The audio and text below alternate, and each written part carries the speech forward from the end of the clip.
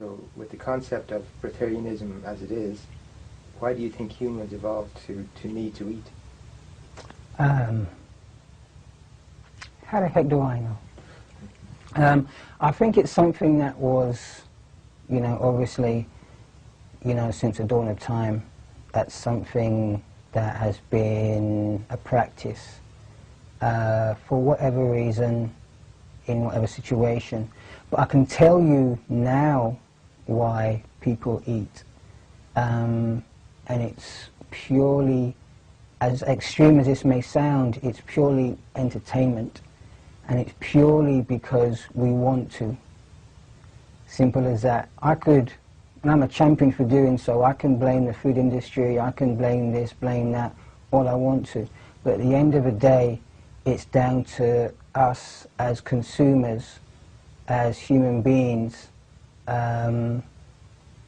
to make a choice, for one, to take action, and it's down to us to follow our own intuition and try and break the cycle of addiction and emotional attachment.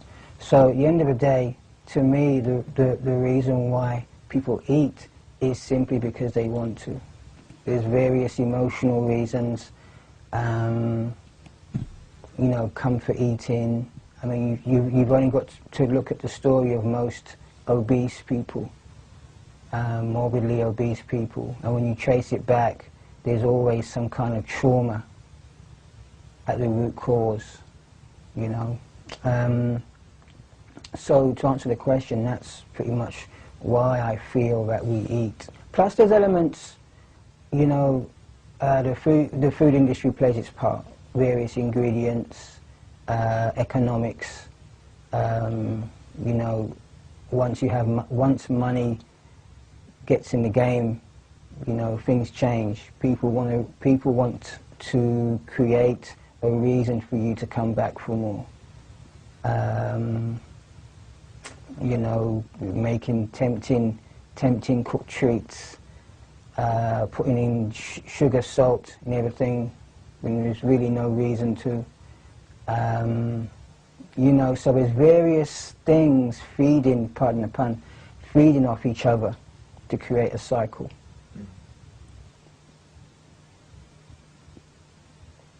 So when you talk about choice, do you think that we really do have a choice as to when we eat or what we eat? To be honest, no, not at all. We have no choice whatsoever, no conscious choice anyway. When I say it's up to us to make a choice, it's pretty much you have to decide whether to be a warrior or not. Whether you want to go through the trials and torments of breaking the cycle, of almost being like a crack addict, trying to break the addiction for no reason. I always say it's hard for an addict to break the cycle while they're in the cycle. There has to be something to warrant the effort involved, because nobody wants to go through all the withdrawal symptoms, especially if they've been through it once already. So, and any addict, alcoholic, drug addict will vouch for that. It's not a nice process to go through. So,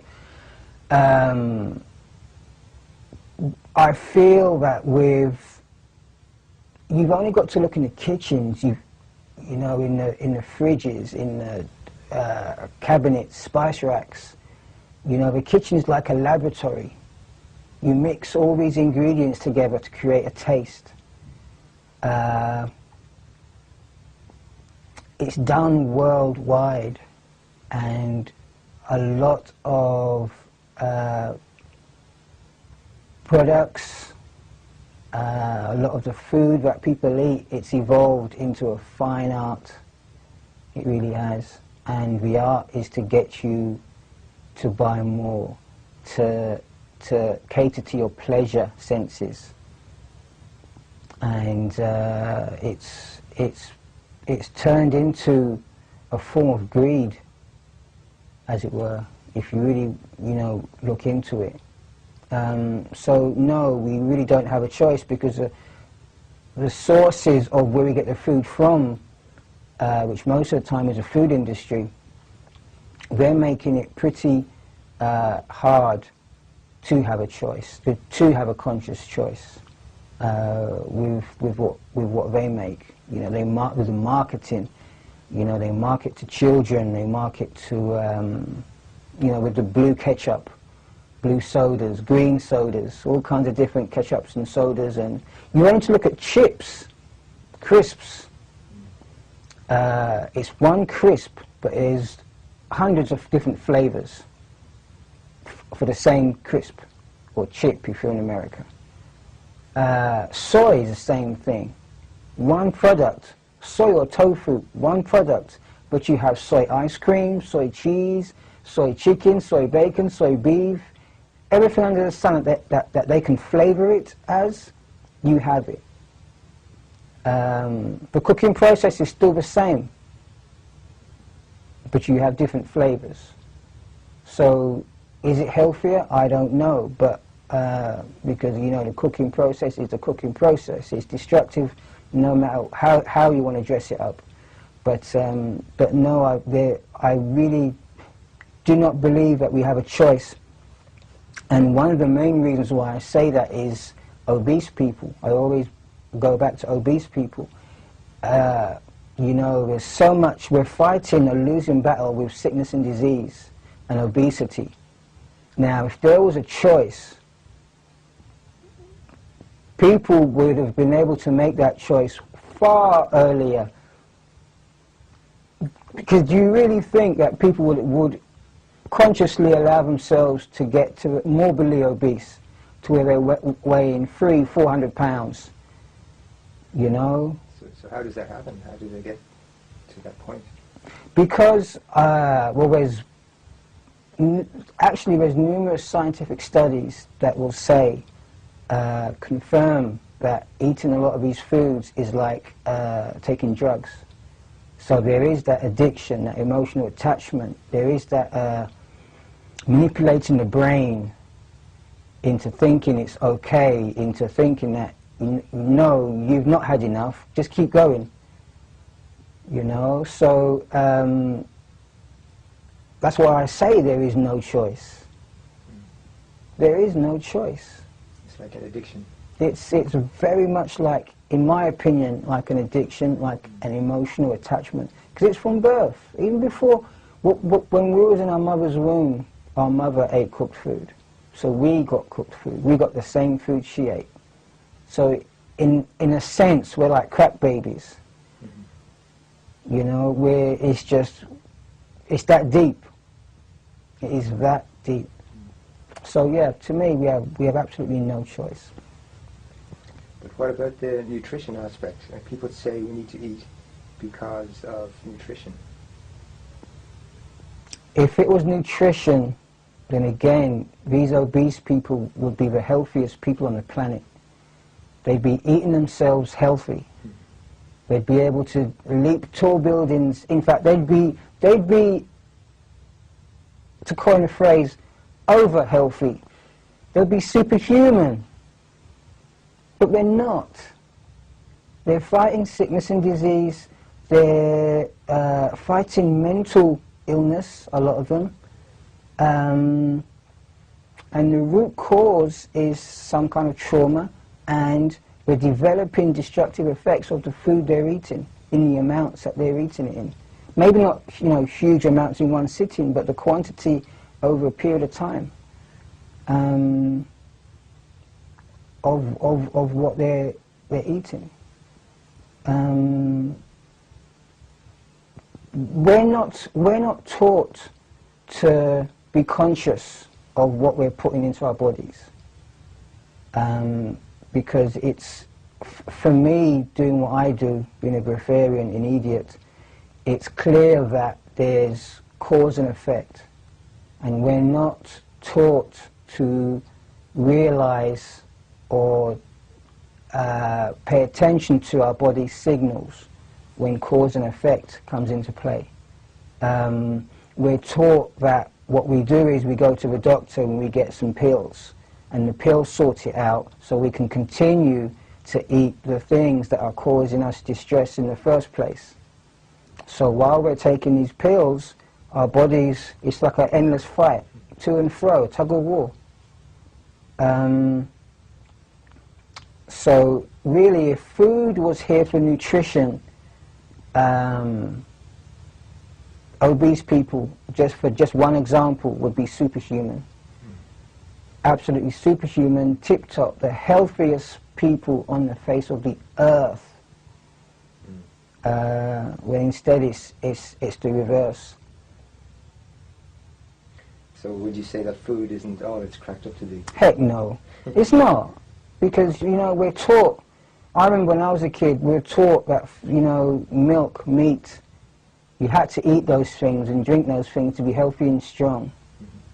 You had the posters, you had the propaganda, you had the promotion of all of these things. You had to eat a certain amount of meals a day to be fit and healthy, fit and strong. You know, you had the picture of the muscle man, you know, associated with meat. And even now, the way they market burgers, you know, it's the whole manly thing. You're not a man unless you can eat burgers, unless you can eat meat. And if you don't eat meat, then you're not a man. You're not a real man. So we've been told all these things. And like I say, we're fighting a losing battle. After all these years of existence, of eating these foods, look at the state of the human society, hospitals, big pharmacy doing big business off our sickness and disease. You know, they're relying on us being sick for their business. Can you imagine that? And it's like when you take your car to a garage, and you hear these stories about when you take your car to a garage, they might fix what's wrong with it, but they'll make sure that they leave something else wrong with it, so you come back to the garage again. That's kind of like what our society and the use of food. You know, you eat, you get sick, you rely on the doctor, big pharmacy, pills, to get you well again, or to mask the symptom, and then you're off again, so you can eat. And the cycle until the body says, you know what, I'm just done, worn out, see ya, I'm out of here. And some organ goes, your liver goes, your kidneys go, something goes. And then, you know, you have to have that taken out. And then we call that aging process. It's just what happens. You know, you live, you eat, you drink, you party hard, you die. You know, in between that you get old, you have to have all your organs taken out, and that's it. Walking stick bus pass, and that's it, you die eventually. And that's our life. So, you know, I feel that that's pretty much what our expectations are of life in our society these days. Okay. So with the food that we're eating, if it's not for nutrition, then what is it for? Why are we eating it? Entertainment. I remember when I used to eat, blindly. I didn't even put any thought into it at all. I just felt, you know, I wanted to eat, so I'm going to eat. I want this, so I'm going to eat that. Cool, no, you know. It was only until I went fruitarian and I used to go back and forth between raw fruits and cooked foods that I started to be conscious and aware of actually why I was eating. I'd be eating some cooked food, you know, when I'm supposed to be fruitarian, and I'll be actually thinking while I'm eating the cooked foods that I'm not hungry, I don't need this food, I don't want this food, so why the heck am I eating it? I really want to go fruitarian, I really want to eat raw foods. Why are we eating it? So why am I eating this thing? I'd still eat it, it wouldn't stop me from eating it, but I would just question, I would be more aware to question the whys. And, you know, after a while I realized, you know what, this is just comfort. For whatever reason, it's instant comfort. And I grew to realize it was like,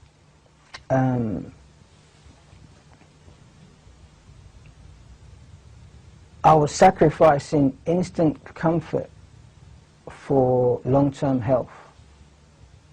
And it was almost like I was so addicted and so attached to this instant comfort that I would sacrifice my long-term health. My long-term health, you know, wasn't even a contest. It was like, long-term health, see ya, I'm going to get into this. And again, it's, you know, you've got active, addictive ingredients in the food that people eat that numbs yourself down to the point where you cannot make a correct, conscious decision. You know, it's unbelievably hard for people to get rid of products that are destructive to their mind, body and soul. In theory it sounds dead easy, but in practice it is unbelievably hard because you have become an addict. And that's pretty much the bottom line, really, when that's concerned, when it comes to why we eat what we eat.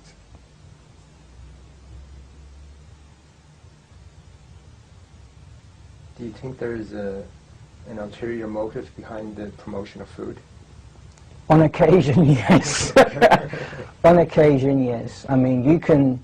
I don't think it was how it was originally. I don't think the original plan is to have an ulterior motive, like some conspiracy theorists might say, you know, the plan is to wipe out the population, a certain amount of population, yada, yada, yada, yada, yada. I don't think that was the original plan. I think, you know, with this food thing, it is such a sensitive and difficult subject because you have so many elements. Like, for instance, you have a family environment, you know, and I've got a daughter, and I know, even when I was a fruitarian, when I used to take care of my daughter, I used to want to give my daughter food. It was part of my, I want to say instincts, whether it's a fake instinct or just an emotional attachment that I was enforcing on my daughter, but I wanted to give her food. It was part of the love. It was part of my duty as a father to take care of my daughter in that way, to give her food, you know. And in another sense, you have the person in the store, in the shop, trying to make a living, trying to sell you food. And like I say, if you want people, if you want to sell something, you have to have a reason for people to come back. I once heard a really interesting story years ago of a Chinese restaurant, and I think it was in China, and they had a really successful soup. Really successful soup. They had people literally queuing around the block, outside the store and around the block for this soup. And it was like, well, why is this soup so popular? This is incredible. It's incredible soup. And of course, nobody thought. They all just thought, because it tastes great, it tastes good. Turns out the owners or the chefs were putting crack in the soup. No way. So that's why they had the demand, people queuing out of the restaurant. So you have to have people, you know, coming back for more. You have to almost guarantee that people will come back for more. So you have that element. And of course you have the conspiracy theorist element, which is perfect. I mean, they're finding all kinds of antidepressants and drugs, pharmaceutical drugs in the water supply. So, you know, what, heaven knows what people are eating, people are drinking, for what reason. But at the end of the day, the universal effect is destruction to the mind, body and soul. Period. That is a universal effect. Whether it's vegan, whether it's vegetarian, whether it's uncooked, it's the cooking process, the refining and the processing of man-made foods that is destroying the mind, body and soul. It's totally numbing and desensitizing us as human beings, as divine human beings. My belief is, one of my beliefs, and it's getting a bit conspiracy theorist here, but is that maybe that food has evolved, or the purpose of food has evolved into getting us as divine human beings to forget who we actually were, where we came from. Maybe it was the plan all along, was to introduce some kind of desensitizer, some kind of numbing down tool, so that we would forget who we actually are as divine human beings, as gods. That's my, one of my theories, possibilities, in terms of agendas and what have you. Because I know, it's like getting on a roller coaster. Once you're on the roller coaster, that's it. And to me, eating cooked, man-made foods is like getting on a roller coaster. There's no stopping halfway through and saying, I've got to get off. It's the ride, Can you tell us a little bit more about what eating was like for you? Wow, it was emotional. Very much comfort eating. And it's like, for me, personally, I can remember it wasn't even the taste, because, after a while the taste would wear off. The taste would wear off, and I would go on to stronger tasting things. Just to get that sense of stimulation or satisfaction. And you can only go so far with that. And like I say, when I went fruitarian and I was going back and forth with the cooked food, like I say, it used to pass the point where it was taste. It was like there was just a trigger. There was just a trigger in my head that said, eat something cooked, eat something. It was like my brain was saying, you know what, okay, you've had your fun. I've let you go without my drug for so long. Now it's time you feed me. And I just found myself a lot of time just mindlessly filling my mouth up with mush, cooked mush, which is basically all it. When you've chewed it up in your mouth, and it's just, you're all chewed up, mixed up with your saliva, drink, eat, drink. It's just mush at the end of the day. And it's like, when you eat, that taste is only valid for like 5 seconds until it's mush. And then you swallow it, and then after you've swallowed it, all you've got now is just mass, just waste. Toxic waste at that. That's just going to rot and get acidic inside you. So, for me, it was just mindless eating. I think that is probably the best way I can really explain it. I mean, I heard a term used by some government or some high-profile guy that humans are now just mindless eaters, useless eaters, or something like that. And it sounds cruel, extremely heartless and cruel to come from somebody, but I can actually relate, because that's how I was. Just mindless. But it was something I felt I had to do. It was something so deeply ingrained in me that, like I say, unless I developed a warrior attitude and fought tooth and nail to break the cycle of this addiction and emotional attachment over a long period of time, I was never going to see the other side. I was never actually going to see the truth. And when you do see the truth, it's not a pretty sight, because you see things for what they really are. And it's an addiction, an emotional attachment. It's not nutrition, it's not health, it's addiction. So then it sounds like food is a drug. Exactly. Exactly. That's how it's being used. You look at it, you look at how everything in our society revolves around food. It does. It's a recreational drug. To me, it's no different from smoking weed. It's no different from cocaine. It's no different from alcohol. Because you look at most of those things, I don't know about weed, I'm sure weed must affect you in some way, shape or form. But they're all destructive.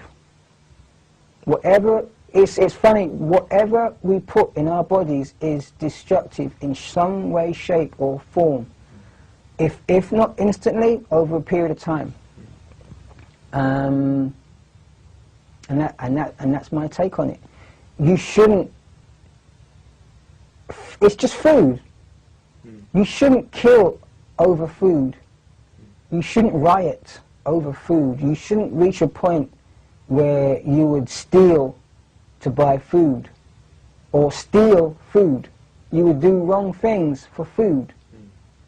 It should never be like that. But it is. And you would do the same things for drugs. Like a crack addict, like a heroin addict. So if it's really like a drug, but we don't really need food, then why do people starve? Because I can't speak for everybody, but I can probably speak more for people that have attempted to go breatharian. They don't have a practice. They're talked into believing that you can break a cycle that was in place before you was even born in either instantly or within 21 days.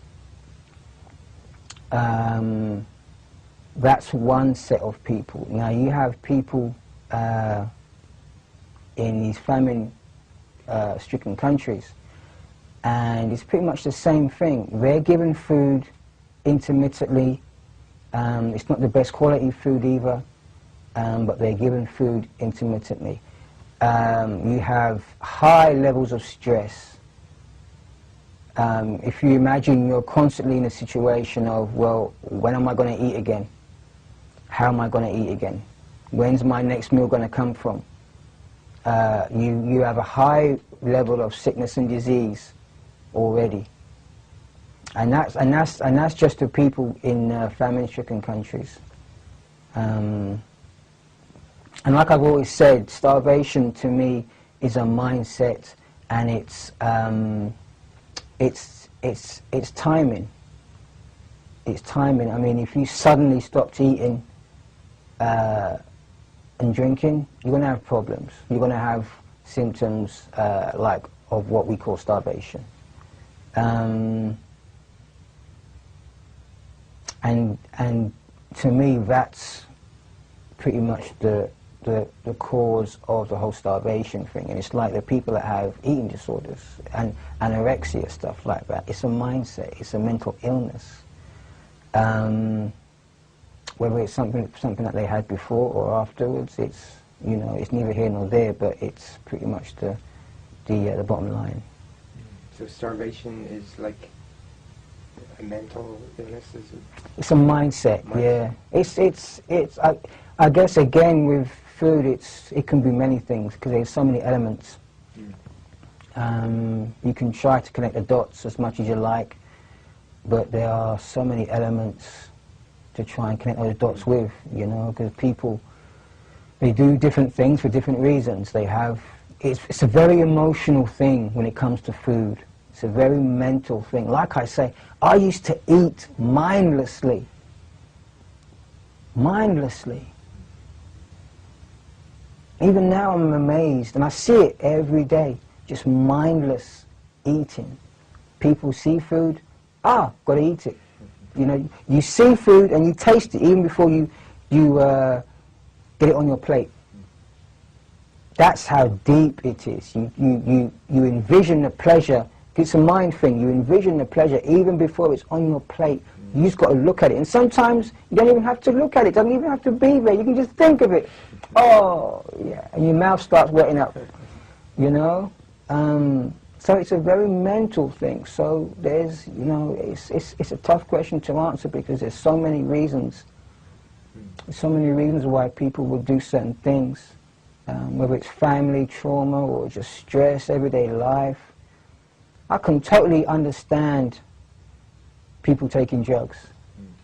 I can totally understand because, you know, this life and the way society's structured will just drive you crazy without it. Without some form of release, without something.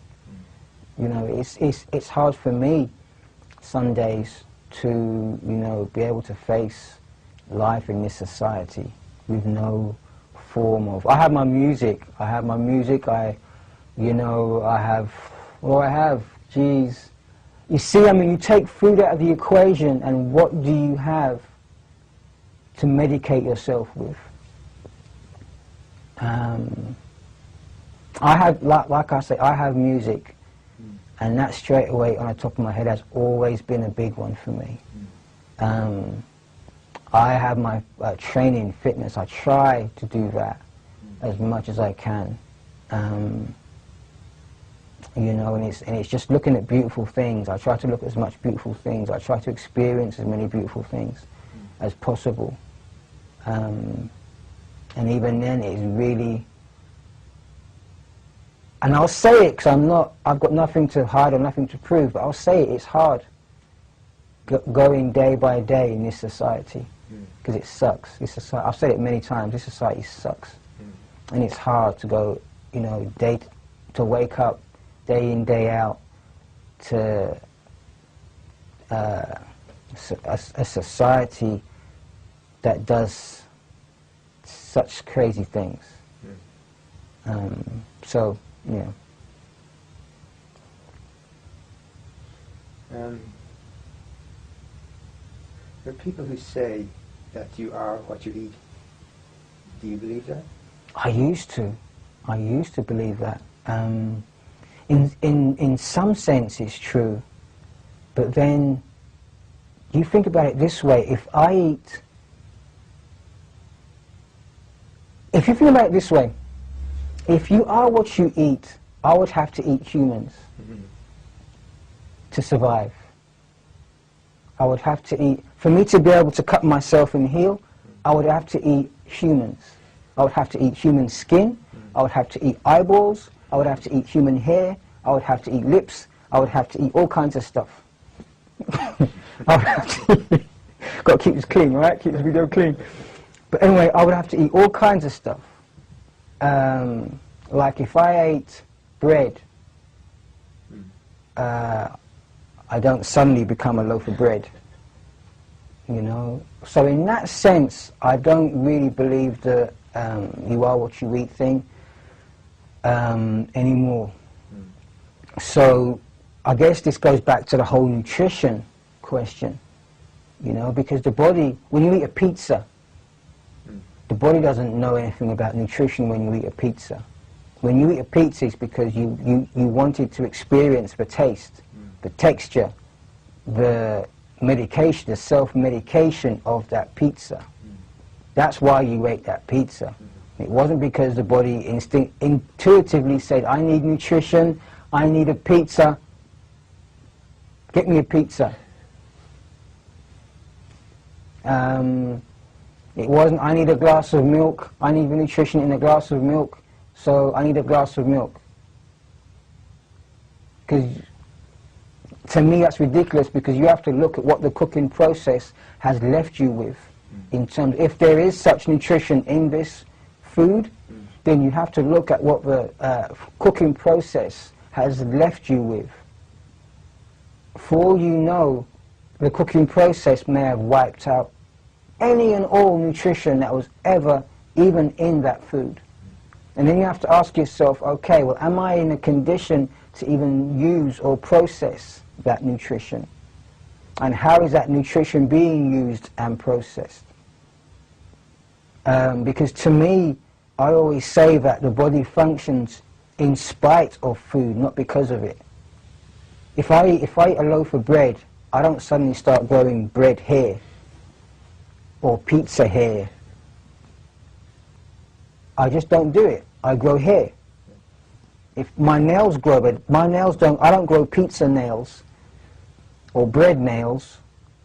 My nails grow. You know, if I cut my hand, blood comes out. Milk doesn't come out. Or pizza juice, oil, you know, blood comes out. So it's like I always say, the body functions in spite of food, not because of it. And that's something I strongly believe in. So what happens to the body when we eat food? It gets all messed up. When we eat cooked food, cooked and processed foods, the body sends out its white blood cells, its army, to defend itself against this invader. So that alone should be an indication as to what happens to the body. The body sees it as a danger. The body sees it as a danger. The body doesn't say, great, good stuff.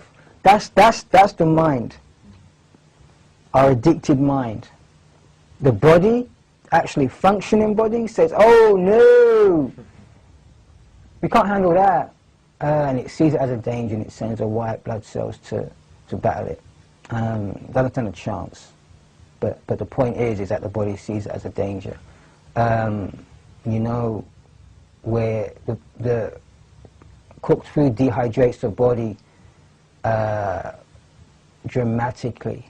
It drains, basically, without going into all the scientific stuff, which I don't know of anyway, but without going into any of the long scientific stuff, basically it drains the body of its resources. It's like if you keep taking money out of your bank, pretty soon you won't have any money in your bank account. So that's pretty much what cooked processed foods does for you. It doesn't give you any, it doesn't put money in your bank account. It doesn't do anything like that. I always say it takes away, it always takes away. And that's how we're left with sickness and disease, because we just end up wearing ourselves down, you know, draining our money from our account. So with all this sickness and disease, why do we still eat? Why do we still do it? Because we're addicted, old boy. We're addicted. We're addicted to it. And we have all these stories that we need to eat. I mean, me as a breatharian, so many people hate me. So many people want to fight me, get angry at me.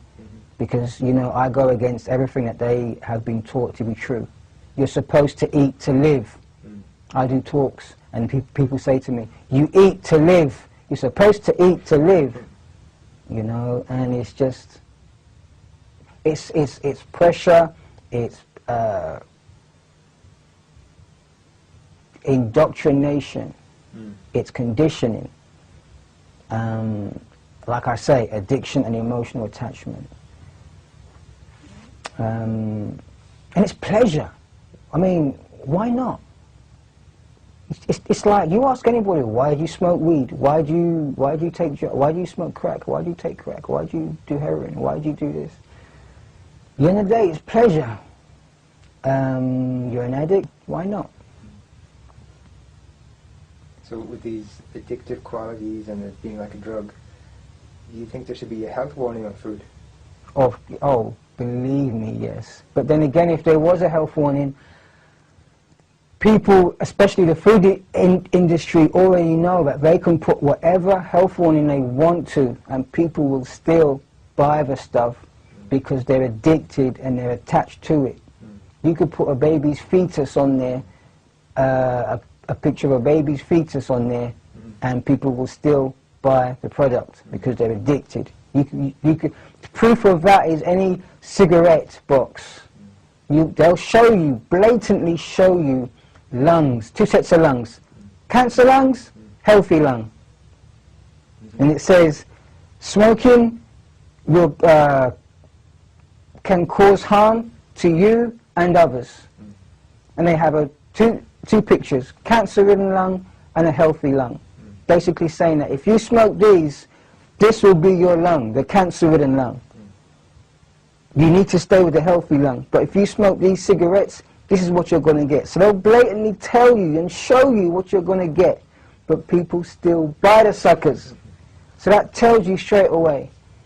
You know, it doesn't matter what they do. If you're addicted and attached to it, you're going to feel like you need it. And you're going to buy it, regardless of what health warning, regardless of what they state.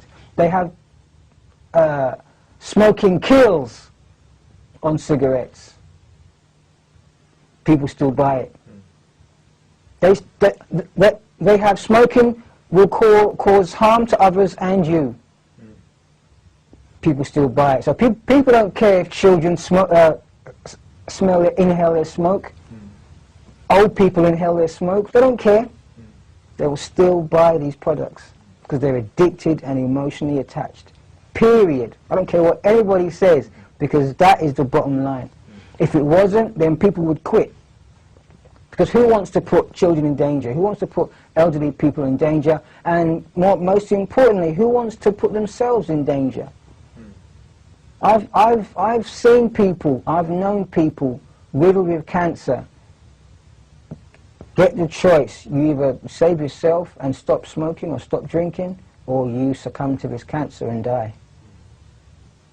I'll keep on doing what I'm doing. You know, I've seen it. So, for somebody who wants to quit and they want to get off cooked food, how long would you say it would take them to get off cooked food and go breatharian? If they wanted to go breatharian, depending on where they're from, and this is in no way me teaching anything, but really it's a lifelong practice. Now the definitions of breatharianism have always been set by skeptics that have had no understanding, no empathy, and there's never been any room for growth. So unfortunately, people that have wanted to go breatharian, they have adopted the definitions of the skeptics. And that's pretty much the reason why people have been getting into hospital and dying even, because they've been taking false information. For people that want to really break the cycle of this addiction and emotional attachment, they need to realize that it's a lengthy process. I recommend 15 years to fully, if you're really serious about doing it, fully transition and not just do it for a couple of weeks and then decide to go back to, you know, cooked foods. If you're really serious about successfully, permanently doing it, then 15 years, you should be willing to invest 15 years to transitioning. Say like 5 years vegan, 5 years fruitarian, 5 years liquidarian. To consistently, slowly evolving to full inedia, breatharianism. Again, with medical supervision. That's basically my take on that and my recommendation, because there's too many people, they want instant. You know, they hear all these stories about, well, I did it in one day, I just decided not to eat, I just woke up one day, it didn't make sense, I decided not to eat, and that was it. Like I always say, there was always something. It was never you just woke up and you decided to change. There was always some process, whether it was mental or physical, going on prior to you making that choice. So yeah, that's pretty much my recommendation on that and how I see the, you know, the length. I mean, how long's a piece of string? But that's my recommendation for people to realize that it's a lifelong commitment to staying clean. It's like any alcoholic, it's like any drug abuser. It's a commitment to staying clean, a lifelong commitment. does hunger really exist? That's a big question. In my eyes, no, when you really look at it. It's like if you take the addiction of a crack addict, the need, the addiction, and if you change the addiction from crack to food, it's the same thing, in my eyes. The whole stomach growling thing, to me, that's just your waste, your body trying to get rid of your waste. Nothing more, nothing less. But what we do is we've been told, we've been conditioned to believe that that is hunger. That sensation is hunger. Your addiction is hunger. And it's hunger for nutrition. But like I say, your body doesn't know anything about nutrition. It doesn't know anything about vitamin A, vitamin B, yada, yada, yada. Because in my opinion, the body is already attempting to recycle, it's already attempting to use what you're taking from the environment. So basically, yeah, you know, if that sense of hunger that we feel are two different things. It's addiction and it's your body trying to get rid of the waste. But what do?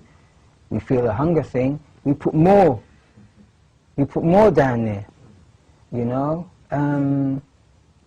So it's, and that's the cycle I'm talking about. The cycle. It's basically a cycle of understanding. And like I say, unless you break that cycle with a warrior attitude, then you're never going to really see the truth. And you'll just keep feeding that cycle. So to me, no, there's no real such thing as hunger at all.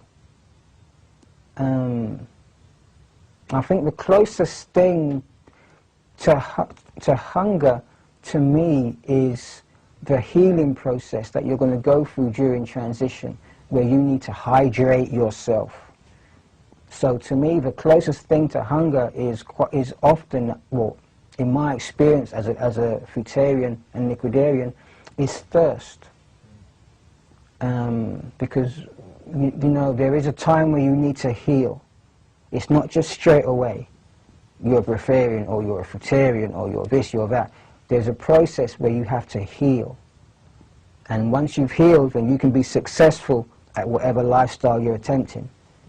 Until you heal, you're going to have to go through that healing process. So yeah, that's pretty much my take on the whole hunger thing. Who do you feel has set the definitions for breatharianism? Oh man, you've only got to look on the internet, Google breatharianism, and you'll have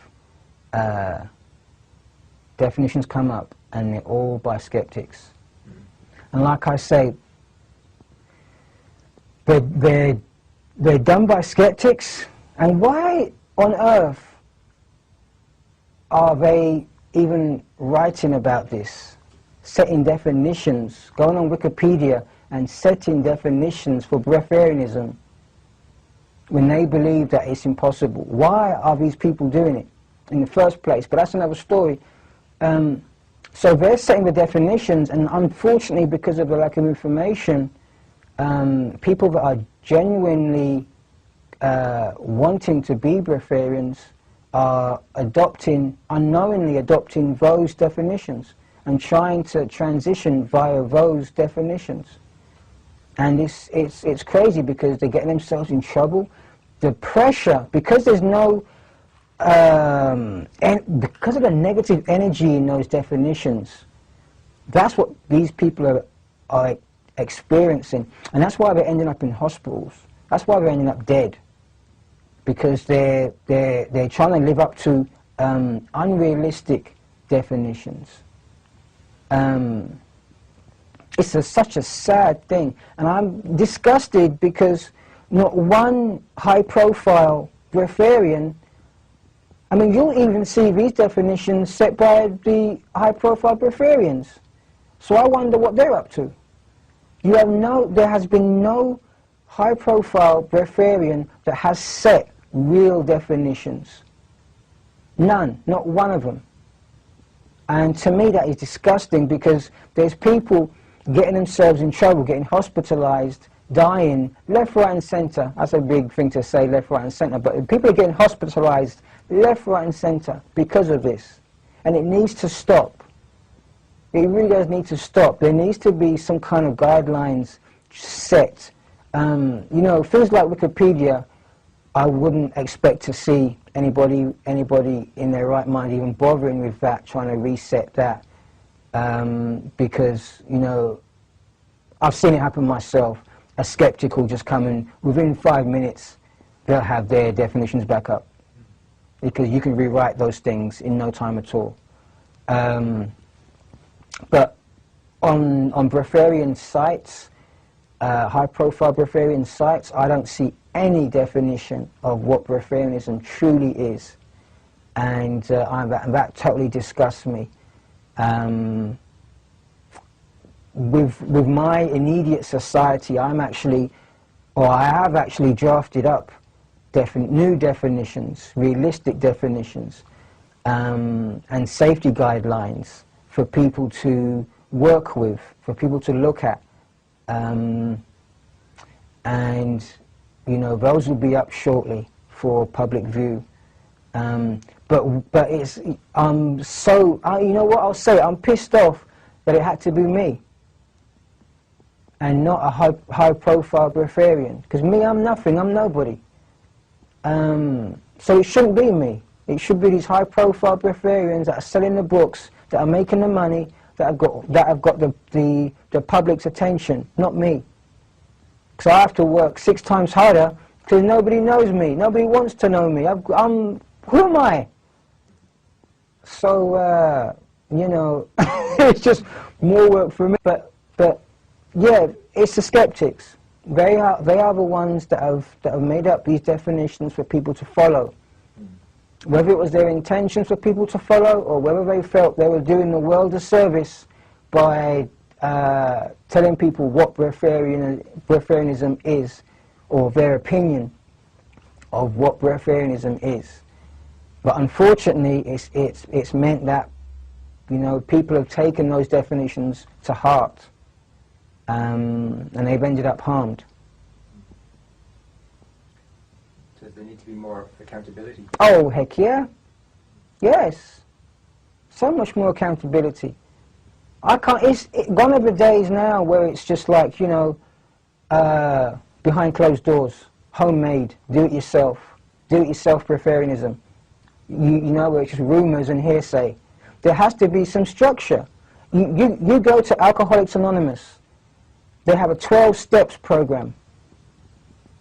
You go to any drug rehabilitation center. They have steps in place. They have structure.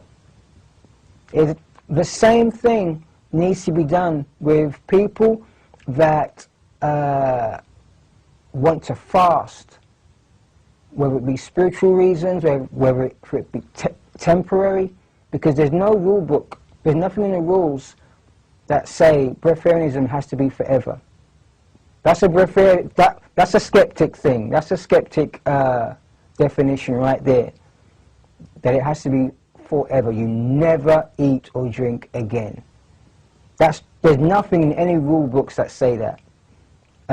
So for whatever reason, you know, there needs to be some kind of safety guidelines.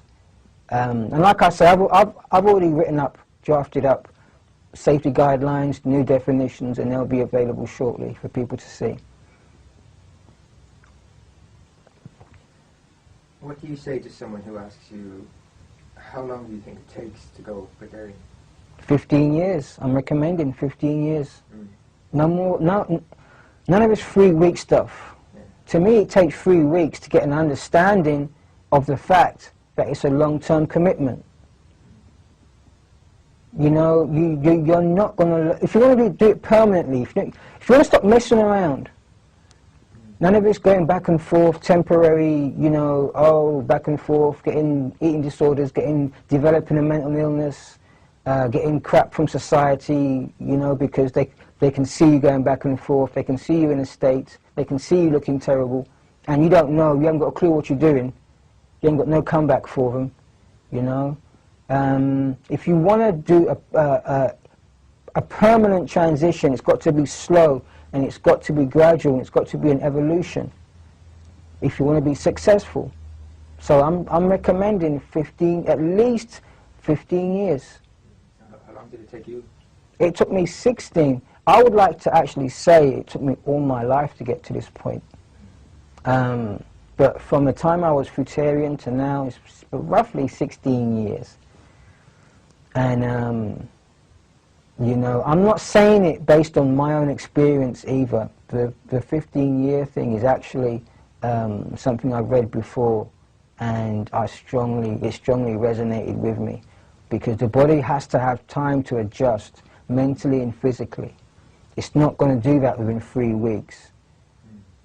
It's not going to adjust and adapt in 3 weeks, and that's it. You're a successful breatharian, you've graduated, and that's it. You're a breatharian forevermore. It's not working like that for most people. I won't say all because I don't know all, but for most people it's definitely not working that way. Because it may work that way for you once you're in the company of your guru, you know, once you're all emotionally involved and invested in the guru and what the guru's saying. But as soon as you get back to your own life, the fridge, the cupboard, stress, the children, the husband, the wife, relatives, you know, society, that crap, the crap that society brings, everything falls apart. So it's got to be a gradual and slow process. So how can somebody even begin to transition if it's going to take 15 years? Slowly. Slowly, yeah. People just need to get it in their heads. People need to get it in their heads. It's not a quick fix. It's not, it's a lifetime commitment, period. People need to stop looking for the quick fix. They need to stop looking for the gurus, looking for people to give them that quick fix. They need to be prepared to put the work in themselves, because that's the way they're going to learn. That's the way they're going to develop their own truth, is if they put the work in themselves. People can look at me, look at my history. I mean, I'll look at my videos on YouTube, and you can see my history. I've had to work and put the work in myself over years. I will tell you here and now I messed up so many times. I quit and I went back and forth. I quit. There ain't nothing special about me, you know. So people need to get it in their heads. It's a lifelong commitment. And I learned so many things from messing up. I learned my trade from messing up. I'm so glad I messed up. So yeah, people really do need to get it into their heads that it's a lifelong commitment. You know, like I say, depending on where you're starting from, maybe 5 years vegan, maybe 5 years fruitarian, and then 5 years liquidarian, and then and reevaluate after that. And you'll see it's so much more safer. There's not as much pressure. You know, you've got to allow yourself these mess ups. You don't learn anything by being perfect straight away. Nothing whatsoever. Everything I've learned wasn't learned because I knew how to do it already. It was learned because I messed up. I had to learn. I had to figure things out. I had to listen to my intuition. I had to discover my intuition. You know. What would you say to aspiring breatharians that want to learn more about this? I would say to go to my website, which is my YouTube channel, immediatesociety.com. And because I don't talk to people, it's one of my things now. It's one of my safety guidelines now. I don't talk to people unless I know that they're seeking medical attention, medical help.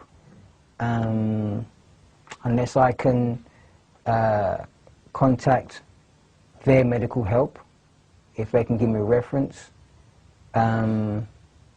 Otherwise, I'm not contacting people or communicating with people, Because like I've always said, there's a lot of crazy people around. There's a lot of do-it-yourself breatharians. You know, so no more of that. They've always scared me. So no more of that. Like I say, so it's about time we put some structure into this thing. Put some accountability onto these people. They're not just going to contact me and expect me to spoon-feed them information. So yeah, if you're not prepared to do all that, then you can just watch my videos. And probably if you're not prepared to do all that, then you're not going to be willing to watch my boring videos, because my videos are like about 3 hours long each one, so it takes some commitment.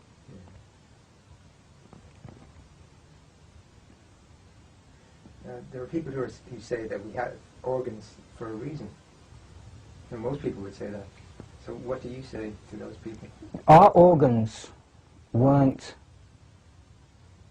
designed or made for digesting, in my opinion, digesting man-made foods. I believe what we have may have adapted to serve a purpose in terms of making it easier to get rid of the waste that is constantly in us. Who do you feel has set the definitions for breatharianism?